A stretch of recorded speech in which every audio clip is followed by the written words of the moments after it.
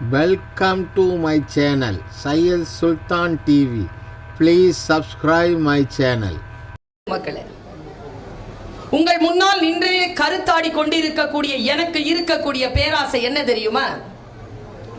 இதோ திரளாக கூடி காத்திருக்கிறீர்களே பல நூறு கணக்கில், உங்கள் அத்துணை பேருக்கும் நான் பேசக்கூடிய சொல் போய் சேர்ந்து விட வேண்டும் என்ற பேராசை எனக்கு கிடையாது.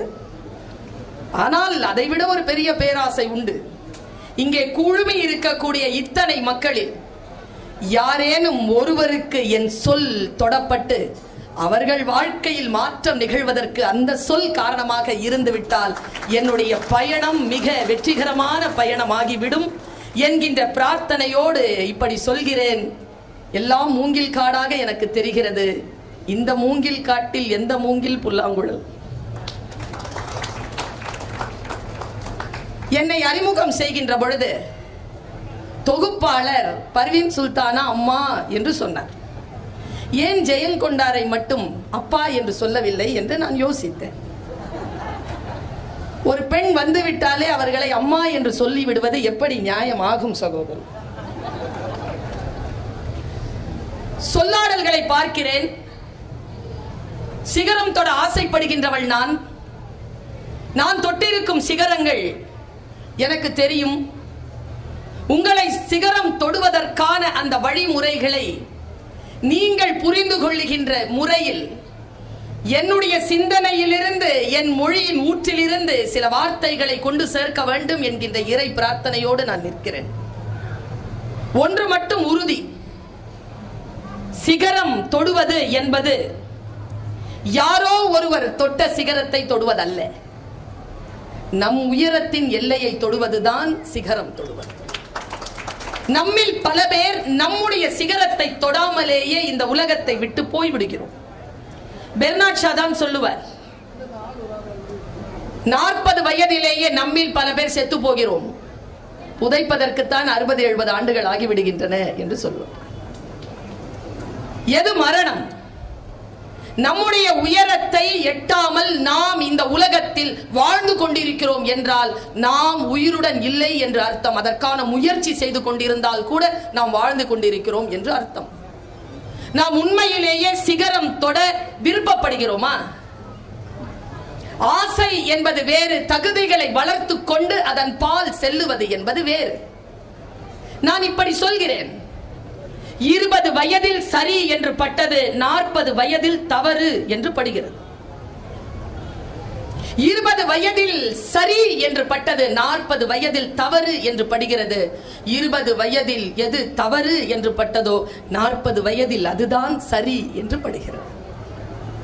காலம் பல விஷயங்களை நமக்கு முன்னால் போட்டபடி இருக்கிறது. இந்த கால சுழற்சிக்குள் இருந்து கொண்டே நாம் அடுத்த கட்டத்திற்கு எப்படி முன்னேறுவது? நேற்று நானும் அன்பு சகோதரர் நியானானா கோபி அவர்களும் ஒரு நிகழ்ச்சியில் கலந்து கொண்டோம், திருச்சி பொள்ளாச்சி. நேற்று முன்தினம் அவர் பேசிக் கொண்டிருக்கின்ற பொழுது ஒரு வார்த்தை சொன்னார். நான் உட்கார்ந்தபடி நான் சிந்தித்துக் கொண்டு அதற்கு பதில் சொன்னேன். அவர் சொன்னார், எல்லோரும் கையில் ஆப்பிள் போன் வைக்க ஆசைப்படுகிறோம். போன் அப்படின்னாலே அது ஆப்பிள் போனா இருக்கணும், ஏன்னா பிராண்ட். ஆனால் உங்களுக்கு தெரியுமா, அதுல இருக்கக்கூடிய சின்னம் அது ஒரு எச்சி ஆப்பிள் என்று சொன்னார். நான் உட்கார்ந்து சிந்தித்தேன். எனக்கு முன்னால் பேசிய ஜெயங்கொண்டார் பல விஷயங்களை நமக்கு பேசினார். இன்றைய தலைமுறையின் மிகப்பெரிய சிக்கலை நான் சொல்லுகிறேன். உங்க 4 பேருக்கும் சேர்த்துதான். என் கிளாஸ்ல யாரும் ஃபெயில் ஆவறதில்லை. மிகப்பெரிய சிக்கல் என்ன தெரியுமா? பார்க்கிறோம், படிக்கிறோம், கேட்கிறோம், சிந்திப்பதில்லை. எதை பார்க்கிறோமோ பார்த்து கொண்டே சிந்திப்பது, எதை கேட்கிறோமோ கேட்டுக்கொண்டே சிந்திப்பது, எதை வாசிக்கிறோமோ வாசித்தபடி சிந்திப்பது என்கின்ற பயிற்சி இந்த தலைமுறைக்கு இல்லாமல் போனதன் காரணமாக பல்வேறு சங்கடங்களை இந்த சமூகம் சந்தித்துக் கொண்டிருப்பதாக நான் பழி சுமத்துகிறேன். ஒருவர் ஒரு விஷயத்தை பேசுகிறார் என்று சொன்னால் அதற்கு பின்னால் அவருக்கான அரசியல், அவருக்கான நோக்கம், அந்த சொல்லை எப்படி புரிந்து கொள்வது என்பதற்கான தேடல் இல்லாமல் நாம் ஒரு செய்தியை கேட்டுவிட முடியாது, கேட்கக்கூடாது.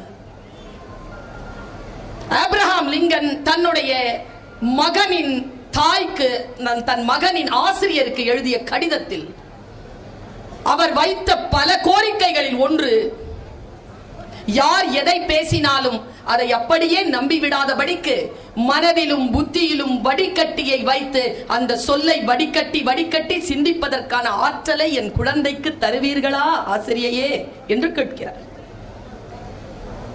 ஒன்றை எப்படி உள்வாங்குவது? அவர் சொல்கிறார், இந்த phone, iPhone, apple phone, apple என்கின்ற இந்த சிம்பிள், குறியீடு, அது ஒரு ஆப்பிள், அதுவும் கடிச்சு போட்ட ஆப்பிள். நான் சொல்லட்டுமா, இந்த கடித்து போட்ட ஆப்பிளுக்கு பின்னால் இருக்கும் வரலாறு சொல்லட்டுமா? இன்றைக்கு எத்தனையோ முன்னேறிய அத்தனை கம்பெனிகளையும் தூக்கி சாப்பிட்டு இருக்கு ஆப்பிள். ஒரு போனுடைய விலை 1.5 லட்சம் ரூபாய் தாண்டுது. அடுத்த வருஷமே அது தன் தகுதியை இழக்கிறது. ஒரு வருஷத்திலே இழக்குது. திருப்பி விற்க போனா உங்களுக்கு 50,000 இல்ல 10,000 ரூபாய் கூட கிடைக்காது. அவர் என்ன ஸ்ட்ராட்டஜியில் அதை கொண்டு போறான்? நான் சொல்லட்டுமா அந்த ஆப்பிள் என்ன ஆப்பிள்னு?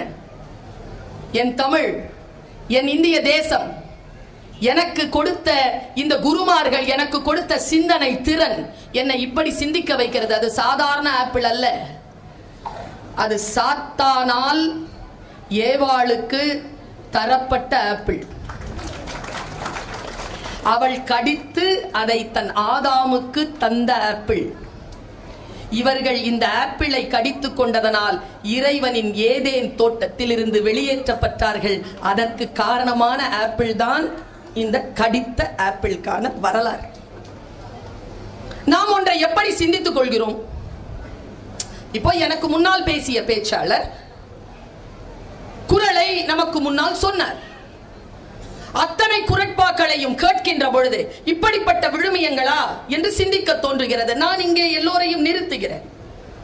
நான் ஒரு பேச்சாளராக, பேராசிரியராக இருப்பதனால் நான் நிறுத்துகிறேன். திருக்குறளுக்கு மட்டும் இந்த தமிழ்நாட்டில், தமிழ் அறிந்த இந்த உலகத்தில் ஆயிரக்கணக்கில் விளக்க உரைகள் வந்திருக்கின்றன.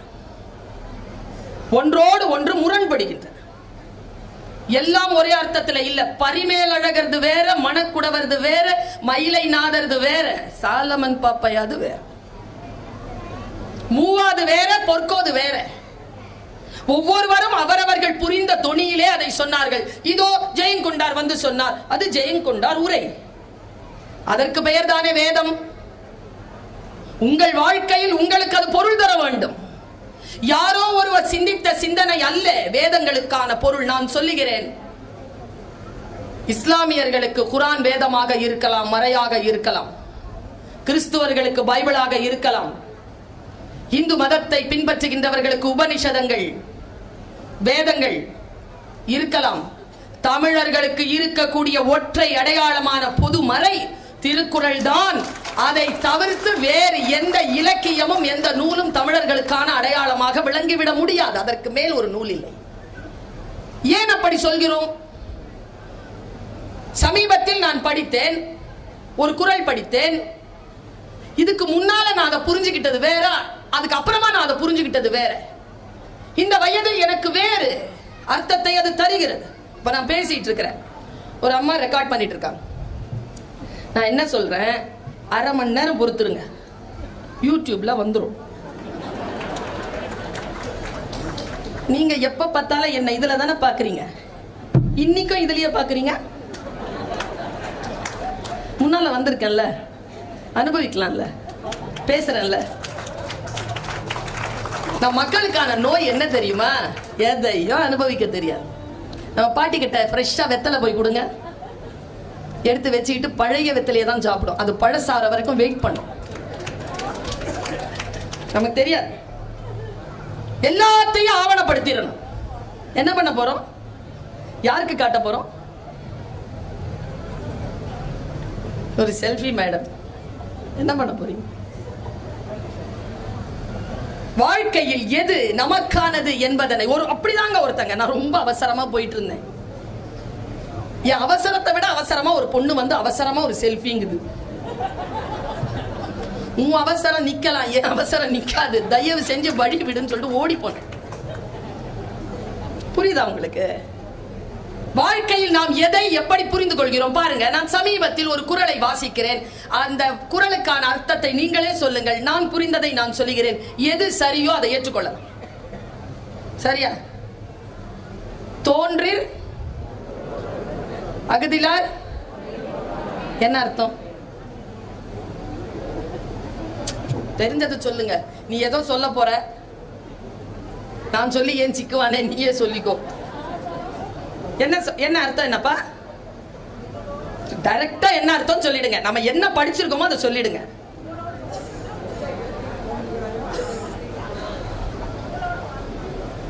இவர் வந்து கொஞ்சம் ஒரு 60 வயசா உங்களுக்கு?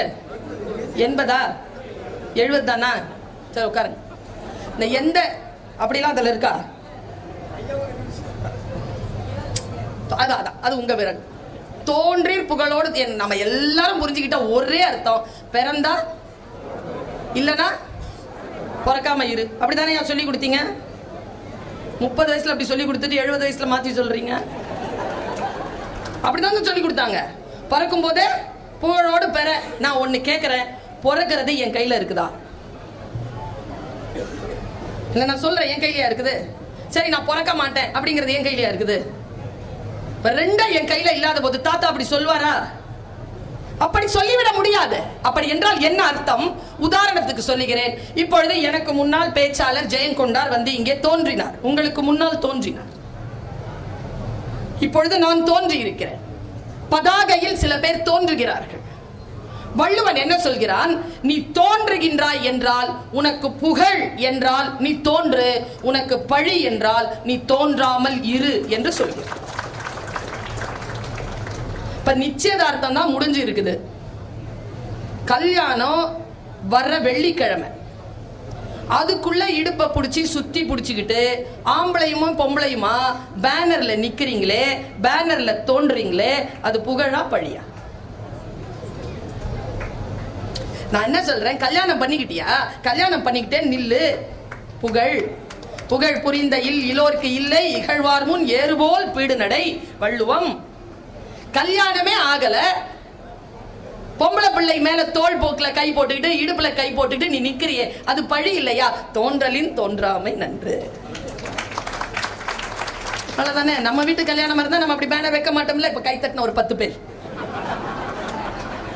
புரிஞ்சிருச்சுனா வாழ்க்கை எப்படித்தானே. எனக்கு இந்த 1330 குறள்லயும் ஒரு 2-3 குறள், ஒரு 10 குறள் சொல்லலாம், அதுக்கு உடன்பாடு இல்லை. அது என் உரிமை. அப்பன் தோன்றிய கிணறு என்பதற்காக நான் உப்பு தண்ணீரை குடிப்பதில்லை. சில விஷயங்களில் எனக்கு முரண் கருத்துக்கள் உண்டு. என் பாரதியில் கூட உண்டு, எனக்கு கம்பனில் உண்டு, ஏன் என் தகப்பனிடத்திலும் எனக்கு உண்டு. அந்த சுதந்திரத்தை தருவதற்கு பெயர் தானே தமிழ். அந்த சுயமரியாதைக்கான ஒரு அடையாளம் தானே தமிழ் மொழி. அந்த இனத்தை சார்ந்தவர்கள் இல்லையா நாம்? ஏன் என்கின்ற கேள்வியை எழுப்ப வேண்டும். தவறு என்றால் மறுத்துவிட்டு அடுத்த கட்டத்திற்கு போய்கொண்டே இருப்பதற்கு பெயர் தான் ஐயா. இத்தனை ஆண்டு காலம் கழித்தும் நாம் வாழ்கிறோம். எனக்கு என் மனதிற்கு நெருக்கமான ஒரு குறள். அந்த குறளை நான் இப்போ கூட மறுபடியும் எடுத்து நான் எழுதி வைத்தேன். எப்படி இப்படி சொல்றான்? ஒரு சிந்தனை எப்படி இப்படி இருக்க முடியும்? என்ன கருத்திலே இதை சொல்றான்? குடி செய்வல் ஒருவர்க்கு தெய்வம் தான் மடி தட்டி முந்துரும். கொஞ்சம் நினைச்சு பாருங்களேன், இந்த குறளுக்கு என்ன அர்த்தம்? வீட்டுல போய் யோசிங்க. குடி செய்வல் ஒருவர்க்கு, நம் குடி உயர்வதற்கு காரணமாக இருக்கக்கூடிய ஒருவன் இருந்தால் நீ வேறு யாருடைய உதவியையும் நாடாதே. நீ அந்த செயல் செய்வதற்கு போனால், நீ போய் சாமி கும்பிடுறல்ல, பல காலமா சிலையா உட்கார்ந்து இருக்காருல்ல, அவர் என்ன பண்ணுவார்? மடியை தட்டிட்டு இவன் போறான், இவன் கூட போலான்னு வந்துருமா நம்ம கூட. சாமி நம்ம கூட வரோங்கிறாருங்க. தெய்வம் மடித்தட்டி என்று ஏன் சொன்னார் என்றால், ரொம்ப நாளா உட்கார்ந்துட்டு இருக்கிற சாமி தூசியெல்லாம் தட்டிட்டு எழுந்திச்சு வருவார். இப்படி சொல்கிறான் வள்ளுவன். நான் சிந்தித்து பார்க்கிறேன், நம்முடைய வாழ்க்கையின் உன்னதத்தை நாம் அடையாளப்படுத்துகின்ற பொழுது நமக்கு சில விஷயங்கள் வெளிச்சமாக கிடைக்கின்றன. இப்ப நான் இன்னொரு செய்தி சொல்றேன். குழந்தை பிறக்குது, குழந்தை சிரிக்குதா அழுவுதா? அழுவுது. கூட இருக்கிறவங்க எல்லாம் சிரிக்கிறோம். சரி, சாவு வருது. மக்கள் நல்லா செய்யறாங்க.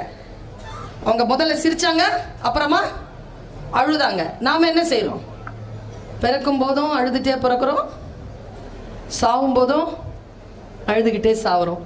கொஞ்சம் மாத்தணுமா இல்லையா? பிறக்கும் போதுதான் அழுதோம், இறப்பின் அந்த கடைசி வினாடியில் நம்முடைய உதடுகளில் இருந்து ஒரு சிறு புன்னகை வந்து நான் மிகச்சரியாக வாழ்ந்திருக்கிறேன், எல்லோருக்கும் என்னுடைய வாழ்த்துக்கள் என்று சொல்லிவிட்டு போகின்ற மரணம் நமக்கான மரணமாக இருக்க வேண்டும். அதனால் தான் தமிழ் மரபு மரணங்களை கொண்டாடுகின்ற மரபு. வேறு எந்த மரபுலையுமே தார தப்பட்டையோட நம்மளை அனுப்புறதில்லை.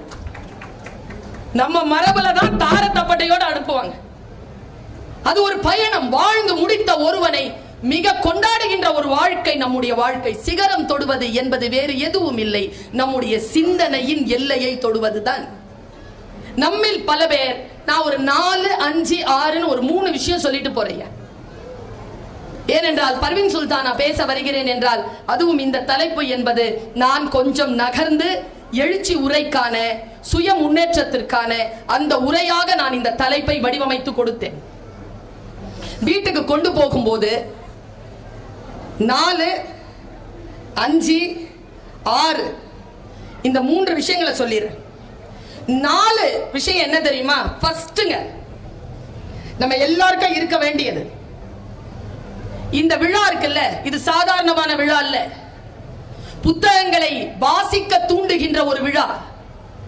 நம்மை சிந்திக்க விடாமல் அழுத்தி வைத்து தன்னை அதிகார வர்க்கமாக வெளிப்படுத்துகின்றவர்கள் மத்தியில் என்னை அதிகாரத்திற்கு கொண்டு வருகின்றவர்கள் சிந்திக்கின்றவர்களாக இருக்க வேண்டும் என்பதற்காக முயற்சி செய்திருக்கக்கூடிய பெருவிழா. ஒன்றை யோசிக்கின்ற பொழுது இது தவறு, இது சரி என்று யோசிக்கின்ற ஒரு வாய்ப்பு நமக்கு கிடைக்கிறது என்றால் இந்த புத்தகங்களில் நமக்கு கிடைக்கிறது. இந்த புத்தகம் என்பது சாதாரண விஷயம் இல்லை. நான் ஒரு விஷயம் சொல்றேன், ஒரு குண்டு போட்டா அது போடும் போது தான் வெடிக்கும், புக்கு புரட்டும் போதெல்லாம் வெடிக்கும், படிக்கும் போதெல்லாம் வெடிக்கும். ரஸ்கினுடைய ஒரு புக்குங்க, கடையனுக்கும் கடை தேற்றம் என்ற ஒரு புத்தகம் மகாத்மா காந்தி உருவாக்கி இருக்கிறது. மூலதனம் என்கின்ற ஒரு புத்தகம் வெறும் கருணாநிதி என்கின்ற பெயர் சுட்டப்பட்ட ஒருவரை முத்தமிழறிஞர் கலைஞர் கருணாநிதியாக உயர்த்தியது. இது வரலாறு. ஒரு புத்தகம் நம்மை மாற்றி போடும். தன்னுடைய தொண்டைக்கு ஆபரேஷனுக்காக காத்திருந்த பேரறிஞர் அண்ணா அவர்கள் இந்த புத்தகத்தை முடித்து விட்டு வருகிறேன், ஆபரேஷனை கொஞ்சம் தள்ளி போடுங்க என்று சொன்னது இந்த நாட்டில் வரலாறாக இருக்கிறது. வாசிப்பதும் புரிந்து கொள்வதும் நமக்கான உரிமை என்று சொல்லித்தரக்கூடிய சூழ்நிலையில் அதை சரியாக பயன்படுத்துவது நமக்கான கடமை. நான் அந்த 4 விஷயத்துல ஃபர்ஸ்ட் விஷயம் சொல்றேன், இன்டெலிஜென்ட் காஷன். இன்டெலிஜென்ட் காஷன்றது வேற எதுவும் இல்லைங்க, கணக்கு இருக்குல்ல. இப்ப நான் திடீர்னு ஒரு கணக்கு சொன்னேன்னு வச்சுக்கோங்களேன், டக்குன்னு உங்களுக்கு புரியணும், உடனே புரியுதுன்னு வச்சுக்கோங்களேன், டக்குன்னு பதில் சொல்றீங்கன்னா உங்களுக்கு ஐக்கியூ நல்லா இருக்குன்னு அர்த்தம். இந்த மேடையில் உட்கார்ந்து இருக்கிறவங்க எல்லாம் பாஸ் பண்ணாங்கல்ல, அதான் ஐக்கியூ நல்லா இருக்கிறவங்க. இவங்களை விட நல்லா இருக்கிறவங்க இன்னும் கொஞ்சம் நேரத்தில் வந்து உட்கார போறார், ஐஏஎஸ் அதிகாரி. மேத்தமேட்டிக்கல் அனாலிசிஸ், நினைவாற்றல், இரண்டும் இருந்தால் அது ஐக்கியூ.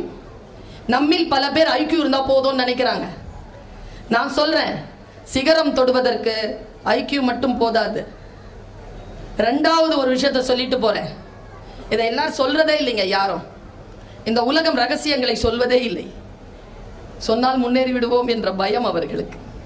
நேற்று கூட பார்த்தேன், அந்த குரூப்ல, அந்த 10th ஸ்டாண்டர்டுக்கு பேசிட்டு இருந்தேன். இந்த குரூப்ல ஒரு பையன் பின்னால் உட்காந்துருக்கான், ஒரு பையன் முன்னால் உட்காந்துருப்பான். அவங்க கிட்ட கேட்குறேன், எவ்வளோப்பா மார்க் வாங்குவேன் 10th? 95+ வாங்கிடுவேன் மேடம்ங்கிறான். அவன் தான் வச்ச போட்டியில 3வது பரிசு வாங்கினான். அத்தனை பேர் 10,000 பேருக்கு வச்சாங்க, 3வது பரிசு வாங்கிட்டான். 95. அவன் எப்படி தெரியுமா இருக்கிறான்? கத்தி மாதிரி இருக்கான். அவனுக்கு பின்னால ஒருத்தன் இருக்கான். அவன் எழுந்திருச்சு பாஸ் பண்ணிடுவேன் மேடம் அப்படின்னா, நான் சொன்னேன், கண்ணா இவனுக்காக பேச வரல, உனக்காக தான்டா பேச வந்தேன். நாம் யாரை கொண்டாட வேண்டும் தெரியுமா? முதல் மதிப்பெண் வாங்குகின்றவர்களை கொண்டாடுவதை விட்டுவிடுங்கள். நீங்கள் கொண்டாடவில்லை என்றாலும் அவர்கள் முதல் மதிப்பெண் தான் வாங்க போகிறார்கள். யார் இரண்டாவது மூன்றாவது வாங்குகிறார்களோ, யார் ஃபெயிலாவதற்கு காத்திருக்கிறார்களோ அவர்களை பாராட்டி கொண்டாடத் தொடங்குங்கள். அவர்கள்தான் இன்றைக்கு கொண்டாடப்பட வேண்டியவர்கள். அவர்கள் அந்த சிறிய கொண்டாட்டத்தினால் மிகப்பெரிய வெற்றியை அடைவதற்கான வரலாறை படைத்து விடுவார்கள். நான் சொல்கிறேன், சோதித்து பாருங்கள். நான் அப்படி வளர்ந்தவள் தான். இந்த விஷயங்கள் புரிபடணுமே. ஐக்கியூ முக்கியம் தான். ஐக்கியூவை விட முக்கியமானது இக்யூ, இமோஷனல் குவாஷன்ட், உணர்வு மேலாண்மை. பல இடங்கள்ல கோபப்படுறீங்களா? சிவகங்கை மாவட்டத்தில் இப்போ நான் அந்த இதுக்கு போயிருந்தேன். வெட்டுடையாள் காளி கோவில் இருக்கு, அது வரலாற்று சிறப்பு மிக்க கோயில். வேலுநாச்சியாருடைய வரலாறோடு தொடர்பு கொண்டிருந்தாங்க. நான் போயிருந்தேன்.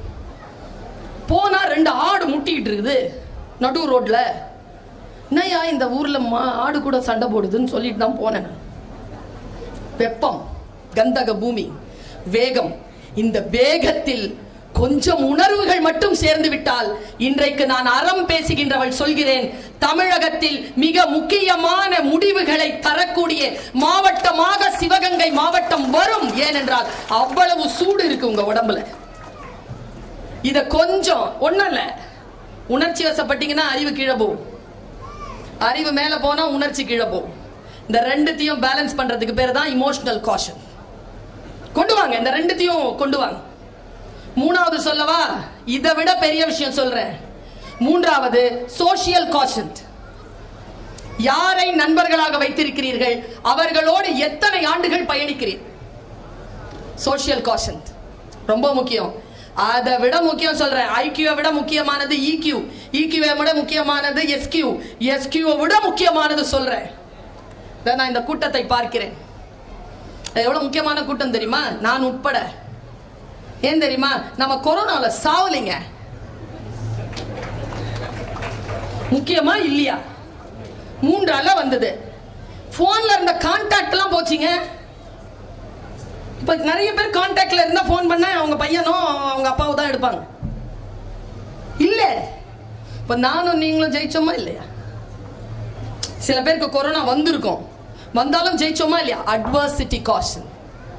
விபத்துகள் பேராபத்துகள் வந்தாலும் நான் சாய மாட்டேன் என்று சொல்லி எழுந்து நிற்கக்கூடியவர்கள் அட்வர்சிட்டி காஷன்ல இருக்காங்க. 4 விஷயம் ஞாபகம் வச்சுக்கோங்க: புத்தி, உணர்வு, சமூகம், தன்னிலை உணர்தல், எழுந்து நிற்றல். உங்கள் சகோதரி இன்றைக்கு ஒரு மந்திர சொல்லை சொல்லிவிட்டு போகிறேன். இந்த உலகத்தில் ஒரே ஒரு மனிதர் தான் உங்களுக்கு உதவி செய்வார்கள். அது நீங்கள் மட்டும்தான். நீங்கள் மட்டும்தான். யாரோ ஒருவருடைய, இப்போ நான் சின்ன பசங்க எல்லாம் இருப்பாங்கல்ல, திட்டின உடனே அந்த 4 பேரும் எஸ்கேப் ஆயிட்டாங்க. அவ்வளவுதான். ரொம்ப நுட்பமா சொல்ற ஒரு விஷயத்த, 15 வயசுல இருந்து லவ் பண்ண தொடங்குதுங்க. ஊர்ல நடக்குதுங்க. 17, 18 வயசுல எல்லாம் முடிவு செய்யறாங்க இவங்க தான் ஜோடின்னு. ரொம்ப ஆச்சரியமா இருக்கு எனக்கு. அதன்கிட்ட போய் எப்படி சொல்றது? இப்போ காதலிக்காத, இன்னொரு 10 வருஷம் போகட்டும், ஒரு சனியம் வரும், வந்தா போவாது. போச்சா சார்? போவாதில்ல. தெரிஞ்சுக்கணுமா இல்லையா? நாம எந்த வயதில் எதை செய்ய வேண்டுமோ அதை செய்யாமல் வேறு வேறு நிலையில் மனதை செலுத்தி கொண்டு இருப்பது. நான் என்ன பண்ணுவேன்னா, காலேஜ்குள்ள அப்படி போகும்போது, கிளாஸ்குள்ள போகும்போது, காலேஜ் படிக்கும் பொழுது டீச்சர் பார்த்து ரொம்ப வெறுப்பேற்றுவாங்க என்ன.